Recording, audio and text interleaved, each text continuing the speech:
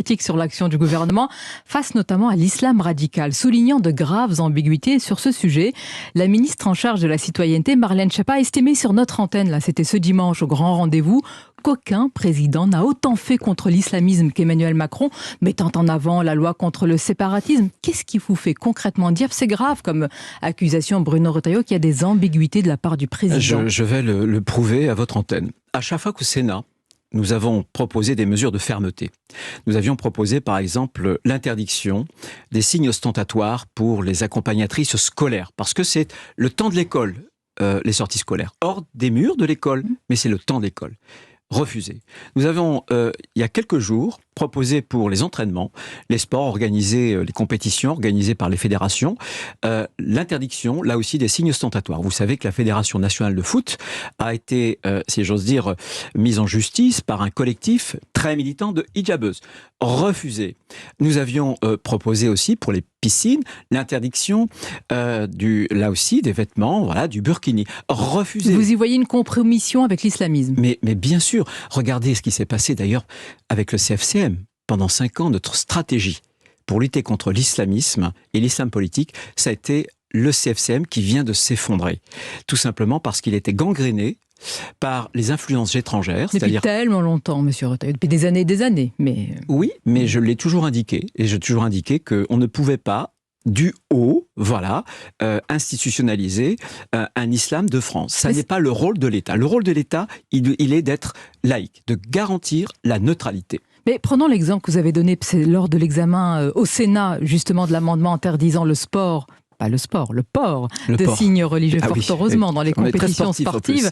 Amendement rejeté donc, la ministre des Sports vous accuse de cibler une religion en particulier, l'islam. Qu'est-ce que vous lui répondez ce matin? Vous voyez, voilà, son expression révèle son ambiguïté. Elle nous interdit, en fait, nous, ce qu'on a voulu faire, c'est interdire les signes ostentatoires. On n'a pas dit le hijab, on n'a pas dit la kippa, on n'a pas dit la cornette. On a dit les signes ostentatoires. Pourquoi? Parce que le sport, c'est la charte de l'olympisme. Très sincèrement, tout le monde comprend ce qui est visé. Mais, ne soyons pas tous naïfs. On n'est pas naïfs. On sait bien qu'aujourd'hui, c'est l'islam politique qui est séparatiste.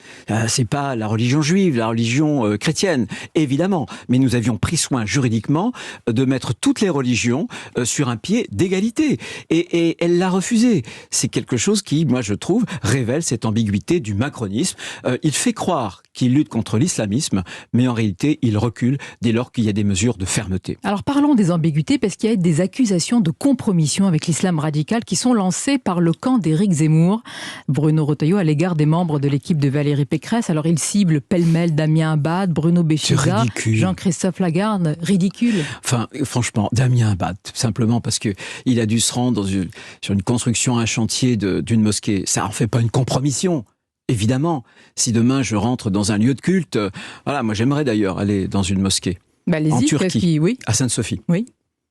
À Sainte-Sophie, voyez. Et en France, vous pourriez le faire également. Non, mais c'est pas ce qui. J'ai bien compris le signe Sainte-Sophie par rapport à Erdogan qui a transformé Je sais que vous avez une culture historique, mais ce que je veux dire, c'est que c'est ridicule. Mais il devrait rendre des comptes, Éric Zemmour. Je crois que Valérie Pécresse en a parlé sur l'échange de SMS extrêmement ambigu avec monsieur Tariq Ramadan. Monsieur Tariq Ramadan, qui est-il?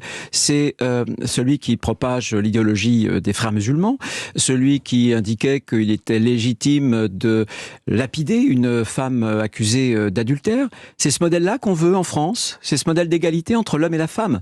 On parlait du voile tout à l'heure. Le voile, c'est le signe de l'apartheid sexuel. C'est le signe de la soumission de la femme.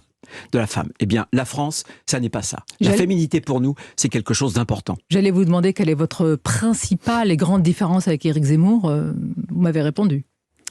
Je n'ai jamais changé évidemment de SMS et je ne le ferai jamais avec quelqu'un qui se compromet avec l'islamisme. Il se compromet avec l'islamisme, Éric Zemmour, pour vous? Non, Tariq Ramadan est un islamiste, mais je pense qu'il y a une ambiguïté. Et de grâce, arrêtons d'accuser monsieur Damien Abad qui n'a jamais fait la moindre collusion avec l'islamisme.